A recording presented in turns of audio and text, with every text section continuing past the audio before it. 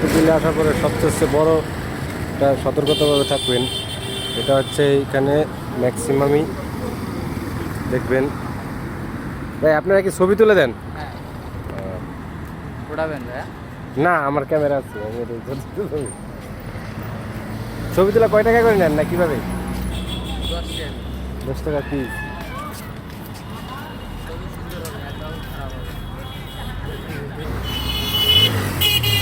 এই হাতিঝিলে আসলে আপনারা সবচেয়ে বড় সতর্কতা থাকবেন, এখানে দেখবেন ম্যাক্সিমামই এই এই যে ক্যামেরাম্যান,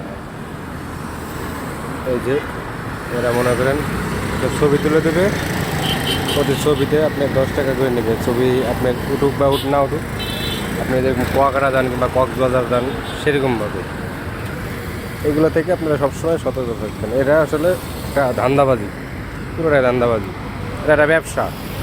এখানে আপনি সাধারণত ছবি তুলে আপনার কাছে বারবার জিজ্ঞাসা করবে যে আপনি ভাই আপনার ছবি তুলে দেবো, ছবি তুলে দেবো। অসংখ্য ক্যামেরাম্যান আছে এখানে, হ্যাঁ প্রায় 10-20 জনের উপরে আছে এই হাতিঝিলের এই আশেপাশে, যতটুকু এই ব্রিজে ওই ব্রিজে এবং সাইডে যত রাস্তা আছে তার চারপাশ দিয়ে দেখুন এরকম লোক ঘুরতেছে। আপনার ক্যামেরা নিয়ে আছে, ভাই একটা ছবি তুলবো কিংবা আপু একটা ছবি তুলবো। কারণ বর্তমান যুগে এই ডিজিটাল যুগে প্রত্যেকটা মানুষের হাতে ফোন আছে, এখানে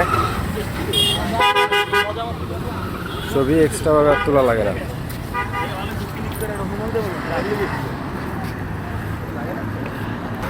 তাই সবাই একটু সতর্কতাভাবে এখানে আসবেন এবং এখান থেকে বিরত থাকবেন।